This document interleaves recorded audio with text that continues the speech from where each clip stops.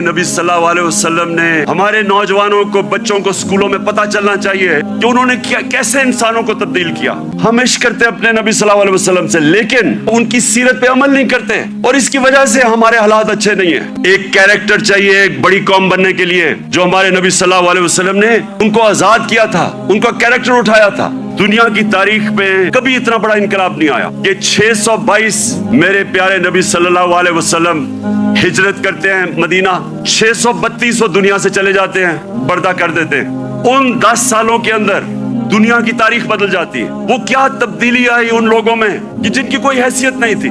2 super powers, एक मगरिब में और एक मशरिक में, 10 सालों में ये कौम बदली और इन्होंने दुनिया की इमामत की। कुरान में अल्लाह कहता है, मैं कभी किसी कौम की हालत नहीं बदलता जब तक वो कौम खुद अपनी हालत बदलने की कोशिश नहीं करती। वो कौम की हालत बदल गई क्योंकि लोगों ने अपने आप को बदल लिया और लीडर्स बन गए।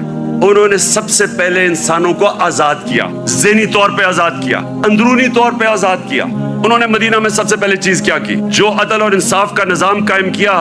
ये याद रखें कि पहले अदल और इंसाफ आया, फिर खुशहाली आई। उन्होंने मदीना की रियासत में क्या किया? तालीम की इमरजेंसी लगा दी। तालीम के बगैर माशरा ऊपर नहीं जाता। फलाही रियासत, इंसानियत का निजाम।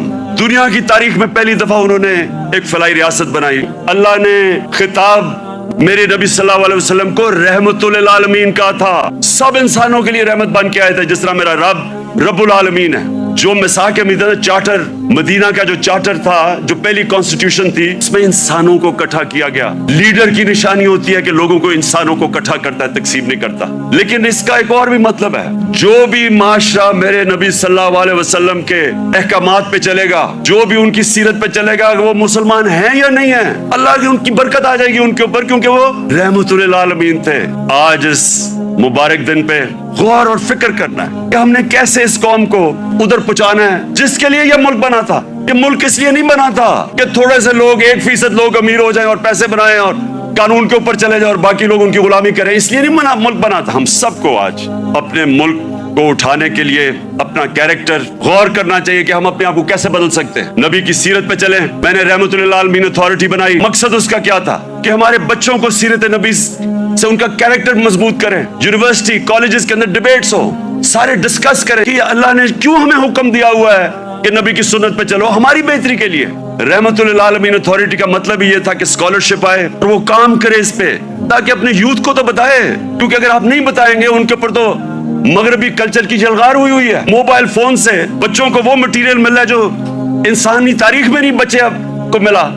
तो जब तक आप उनको सीरत नबी से उनको मजबूत नहीं करेंगे, वो कैसे, ये जो इतना ऑनस्लॉट है एक वो कल्चर का जो बिल्कुल मुख्तलिफ है हमारे दीन से, हमारी तारीख से, हमारे कल्चर से, वो कैसे मुकाबला करेंगे उनको जब तक उनको आप मजबूत नहीं करेंगे। वहां तो जो कल्चर आ रहा है टेलीफोन से, मैं अभी आपको बता देता हूं, वो ये कह रहा है क्योंकि टेक्नोलॉजिकली वो इतने आगे निकल गए हैं, इसका मतलब हर चीज में वो आगे हैं, इसका मतलब हमारा दीन भी आउटडेट हो चुका है, हमारा कल्चर भी आउटडेट हो चुका है। वो बेचारे उनको कॉपी करना शुरू कर देते हैं बच्चे, और गलती हमारी है क्योंकि हम उनको बता ही नहीं सके कि दूसरा हमारा है क्या, जो इल्लामा इकबाल कोशिश करते रहे। तो ये रहमतुल आलमीन अथॉरिटी का मकसद ही ये था कि हम अभी से अपने बच्चे, कॉलेज स्टूडेंट्स, यूथ, उनको तैयार करें। 21वीं सदी में आपने कैसे फेस करना है दुनिया को।